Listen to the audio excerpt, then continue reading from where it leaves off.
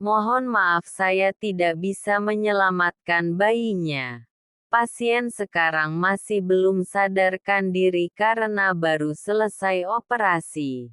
Untuk jenazahnya sudah bisa diurus oleh pihak keluarga, ujar sang dokter membuat tubuh Fahmi seketika lemas.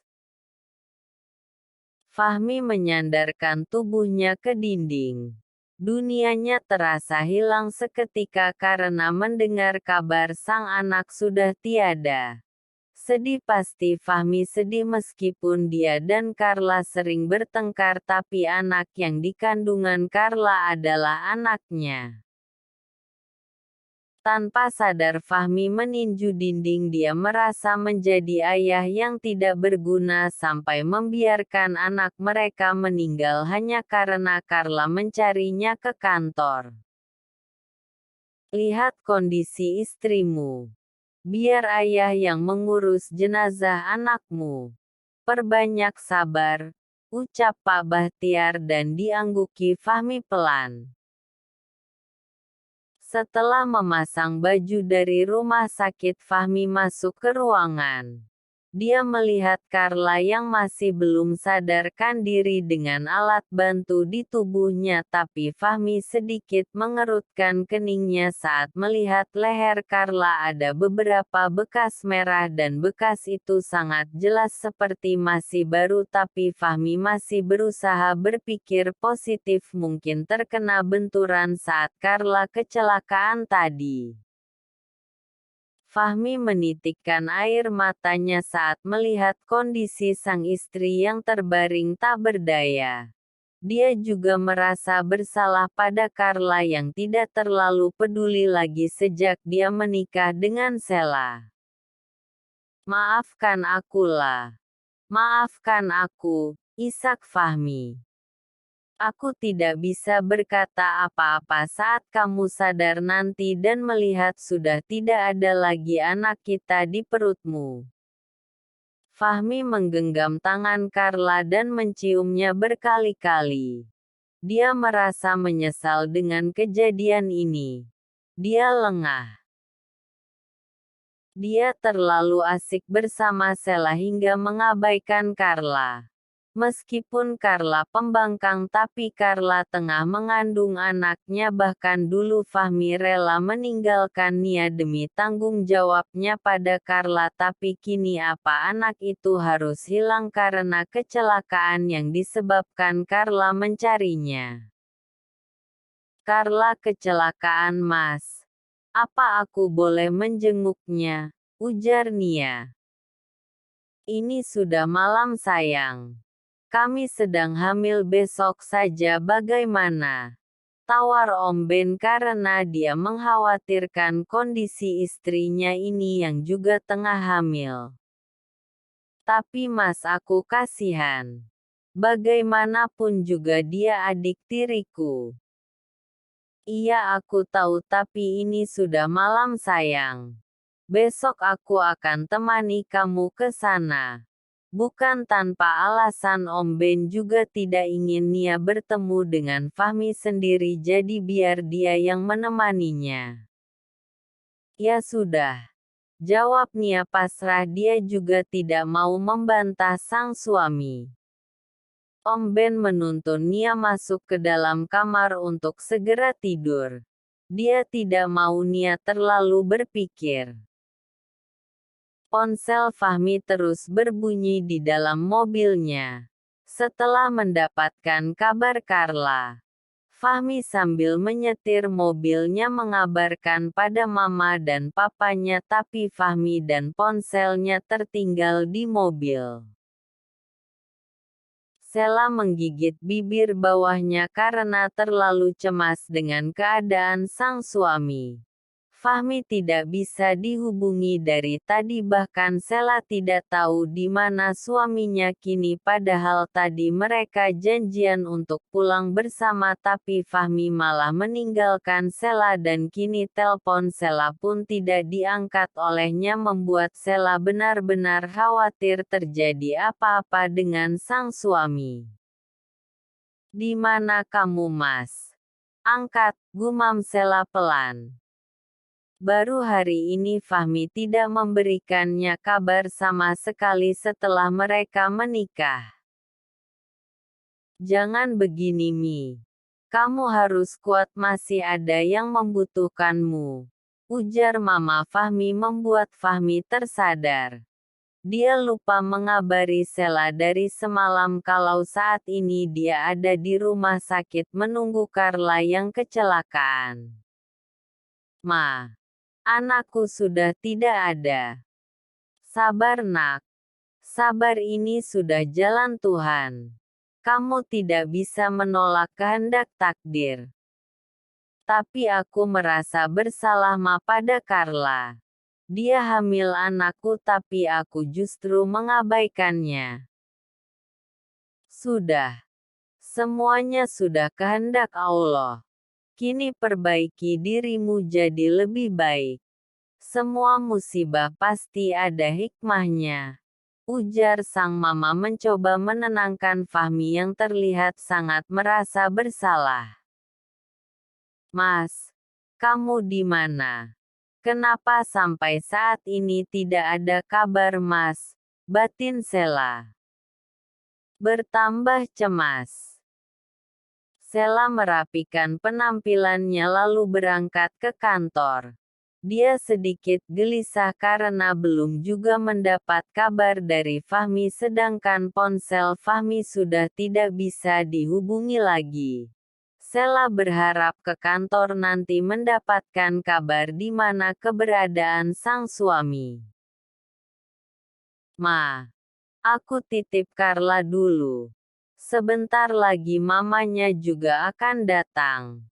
Aku mau kabari orang kantor dulu Ma, kalau aku tidak bisa masuk kerja. Izin Fahmi pada mamanya karena dia juga harus mengabarkan Sela, tapi saat hendak keluar tiba-tiba Carla membuka matanya pelan. Ag! Terdengar lenguhan Carla membuat Fahmi menghentikan langkahnya. Lah, kamu sudah bangun, ujar Mama Fahmi sedikit lega. Carla, Maes, aku kenapa? Tanya Carla pelan. Dia tidak tahu kejadian yang menimpa dirinya karena serasa secepat kilat. Kamu kecelakaan lah. Jawab Fahmi pelan membuat Carla tersadar dan memegang perutnya. Mas, anakku, anak kita Maes. Mana anak kita? Tanya Carla panik membuat Fahmi menitikkan air mata. Dia tak bisa mengatakan kalau anak mereka sudah tiada. Sabar nak. Sabar. Kalian harus sabar. Anak kalian sudah di surga. Ujar Mama Fahmi membuat Carla menjerit histeris.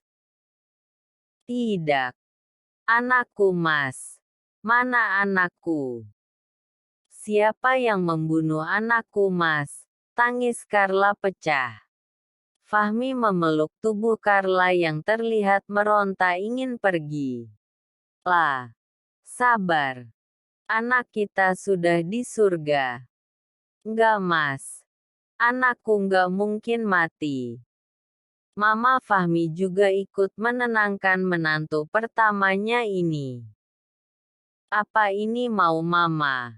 Atau mau kamu Mas biar terlepas dari tanggung jawab, tuding Carla. Lah, ini kehendak Tuhan. Jika aku bisa memutar waktu tidak akan aku biarkan ini terjadi. Anakku Mas. Hicks, anakku, isak Carla. Mama Fahmi keluar. Dia memanggil dokter untuk menenangkan menantunya ini. Meskipun tidak suka dengan Carla, dia juga ikut merasakan kesedihan kehilangan calon cucunya. Sabar ya. Kita harus kuat, ucap Fahmi yang terus memeluk Carla. Bayangan perselingkuhannya dan Peter membekas di kepala Carla. Bagaimana dia merebut Fahmi dari kakak tirinya membuat Carla merasakan ini karmanya. Sejahat apapun dia. Dia bukan iblis yang begitu saja rela melepaskan kepergian sang anak. 8 bulan dia membawa perut besarnya, bahkan semua keperluan sudah dia siapkan 100% meskipun dalam perdebatan dengan Fahmi, tapi kini anak itu justru pergi. Belum sempat Carla melihat wajahnya, bahkan Carla tidak tahu jenis kelaminnya, kini hanya tinggal sakit bekas sayatan saja. Kenapa harus begini, Mas? Kenapa? Lah, aku juga tidak ingin ini terjadi, tapi semuanya takdir Tuhan, kita harus bisa menerimanya. Mungkin Tuhan tengah menguji kita. Carla terus berontak ingin pergi, dia ingin melihat kuburan anaknya, tapi Fahmi melarang dan akhirnya dokter membius Carla hingga dia tertidur kembali. Maafkan aku sayang, baru sempat memberikan kabar padamu. Ponselku tertinggal di mobil dan baterainya lowbat. Aku baru sempat mengecasnya siang ini. Mas, kamu tidak apa-apa? Aku khawatir, Mas, dengan keadaanmu. Kamu di mana? Tanya Sela dari seberang sana. Kamu pergi mendadak tanpa mengabariku. Semalaman aku tidak bisa tidur, Mas, memikirkan keadaanmu. Kamu di mana? Kamu baik-baik saja kan, Mas? Cecar Sela yang memang terdengar khawatir dari nada suaranya yang bergetar. Aku baik-baik saja sayang. Jangan khawatir, tapi untuk saat ini aku tidak bisa pulang dulu. Kenapa, Mas? Carla kecelakaan dan anak kami meninggal. Jawab Fahmi pelan. Astagfirullah, Mas. Lalu bagaimana keadaan Bu Carla sekarang, Mas? Dia baru sadar dari komanya dan sekarang kondisinya sangat syok dan juga lemah, jelas Fahmi. Ya sudah, kamu di sana saja, Mas, tunggu Ibu Carla sampai benar-benar pulih. Kamu, potong Fahmi. Aku tidak apa-apa, Mas. Insya Allah aku bisa jaga diri di sini. Kamu jaga kesehatan ya, Mas, jangan telat makan. Salam untuk Bu Carla. Maaf aku tidak bisa menjenguk Mas. Aku masih belum berani. Aku Sela. Iya, tidak apa-apa sayang. Kamu jaga diri ya di rumah. Hati-hati, jangan membukakan pintu sembarang untuk orang. Ingat Fahmi, dan diangguki Sela dari seberang sana.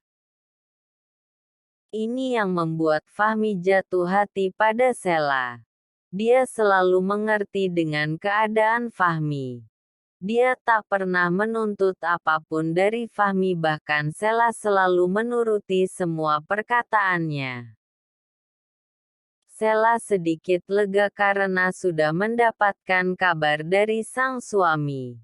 Meskipun sedikit kecewa karena sudah pasti Fahmi tidak akan bisa pulang untuk beberapa hari ke depan atau mungkin 1 bulan karena kondisi Carla.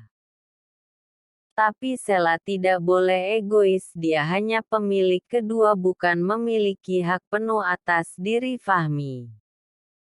Ma. Aku bingung. Kenapa? Aku kasihan dengan kondisi Carla, Ma. Dia sudah kehilangan anak kami. Aku harus bagaimana, Ma? Tanya Fahmi. Berserah diri pada Tuhan, Fahmi. Semua pasti ada jalan keluarnya.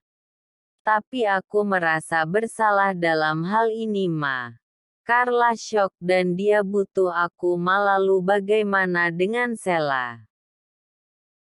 Aku juga tidak tega meninggalkan dia sendiri di rumah karena kami sempat mengalami kejadian tidak enak. Ujar Fahmi tidak menjelaskan secara detail pada mamanya tapi dia juga khawatir. Sela biar jadi urusan mama. Kamu fokus dulu mengurus Carla sekarang jangan khawatir dengan Sela. Terima kasih Ma. Ucap Fahmi pada sang mama. Fahmi. Carla memanggilmu. Ujar Mama Dina membuat Fahmi bangkit dan segera masuk ke ruangan. Kenapalah? Mas kamu kemana? Jangan pergi jauh-jauh Mas. Aku takut, ujar Carla dan diangguki Fahmi. Dia duduk di sebelah ranjang Carla. Entah kenapa Carla justru takut jika Fahmi pergi meninggalkannya. Cukup sudah anak mereka yang hilang. Kamu mau makan? Tanya Fahmi dan dijawab gelengan oleh Carla. Kamu mau apa? Tidak apa-apa Mas. Kamu di sini saja. Yah. Ayo kita keluar. Ajak Mama Dina pada suaminya. Dia tak ingin mengganggu momen Carla dan Fahmi karena sudah hampir 1 bulan ini mereka tidak terlihat akur. Mas kapan kita pulang? Kamu baru sadarlah. Pulihkan dulu kondisi kamu. Mas kalau pulang aku tidak mau kamu tinggal lagi Mas. Pulang ke rumah mamaku jangan ke rumah mamamu. Rengek Carla. Fahmi hanya mengangguk kecil karena dia juga tidak tahu bagaimana nanti ke depannya. Sudah ayo tidur aku tunggu di sini. Aku tidak mau tidur Mas. Capek. Mobilku bagaimana? Tanya Carla. Sudah di bengkel.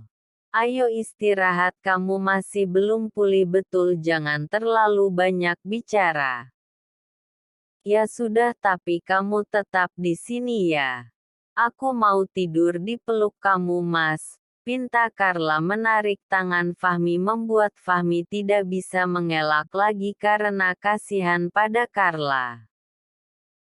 Bukan tanpa alasan Carla begini dia merasa menyesal sudah mengkhianati Fahmi sampai mengalami musibah senaas ini hingga merenggut nyawa anak mereka.